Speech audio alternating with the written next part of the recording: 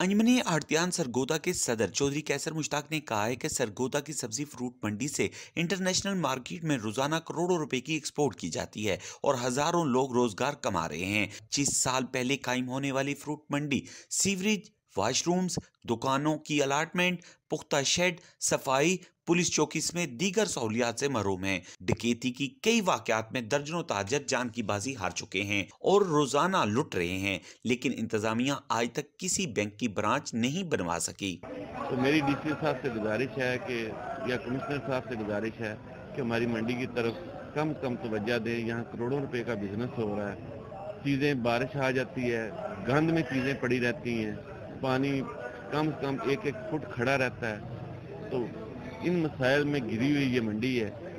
इसकी ना मार्केट के पुरसाने हालत पूछती है कि इसके कोई तवज्जो दी जाए। लोग यहाँ वॉशरूम के लिए ख़राब हो रहे हैं। मतलब सारे मसाइल ही मसाइल हैं इस मंडी में। कि मंडी में रोजाना सैकड़ों गाड़ियां सामान लेकर आती हैं, जिनसे मार्केट कमेटी रोजाना फी गाड़ी 1,000 रुपए वसूल करके लाखों रुपए कमा रही है, लेकिन यहाँ कोई सहूलत मौजूद नहीं। उधर पुरानी मंडी से आए हुए इधर 25 साल हो गए, अभी तक इसकी अलॉटमेंट नहीं हुई। आड़ती इधर आज जितने भी इधर बैठे हुए हैं ना, सब ऐसे ही बैठे हुए हैं, लेकिन फीस मार्केट हम दे रहे हैं। जो भी माल जिस चीज़ आड़ती के पास कोई भी किस्म का आ रहा है, फ्रूट है या सब्ज़ी है, वो अपना फीस मार्केट देता है, वो फीस लेते हैं अपनी, चले जाते हैं। मंडी के बारे में किसी को कोई खबर नहीं है कि इसका कुछ करना भी है, इसको किसी बन्ने लगाना भी है कि नहीं लगाना।